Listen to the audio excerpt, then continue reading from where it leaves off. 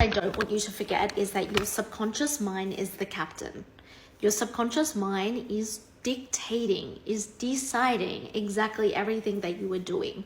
So even though you may feel it in your bones, in your soul, that you were made for the success, whatever has popped into your mind when I said the word success, if your subconscious mind thinks otherwise, it is going to create that. This is why the first phase in my mastermind, in all of my containers with my clients, is about understanding how can I reprogram my subconscious mind to benefit me? How can I dissolve those limiting beliefs that are popping up, that are steering me in a way that is not benefiting me, that is not getting me any closer to the success that I desire? Work really does start with the subconscious mind. Until you fully understand how it is operating and what your belief system is, you will struggle to move forward. And this is why a lot of people either, number one, they don't maintain their success, or number two, they have this overwhelming feeling like they're not good enough and that they can't replicate it, and they revert back. Like, have you ever made a change and then 3 months later you're back in the exact same patterns and ways of behaviors?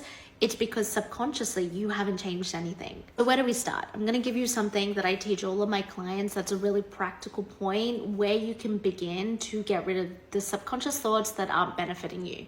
This is called dissolving your limiting beliefs. So I want you to write down what your limiting belief is.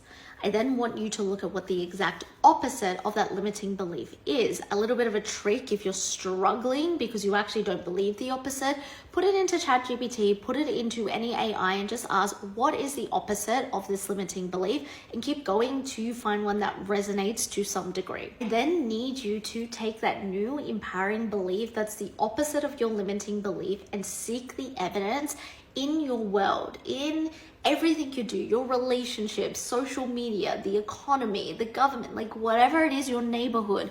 Go seek out the evidence that that belief system is an actual thing. It does exist. You're thinking, well, what if it doesn't? The thing is, law of polarity. We are governed by the universal law of polarity, that there are two sides to every single coin. You cannot have one side without simultaneously having the other. Keep seeking the evidence until you quite literally see both sides of the coins and know that they simultaneously exist. They are simultaneously existing as possibilities to come into your life, and you actually get a choice of which belief system you are going to adopt. If you struggled with anything that I just said, I go into depth in an exclusive podcast episode. If you want that, comment the word podcast and I'll send you the link. It's free.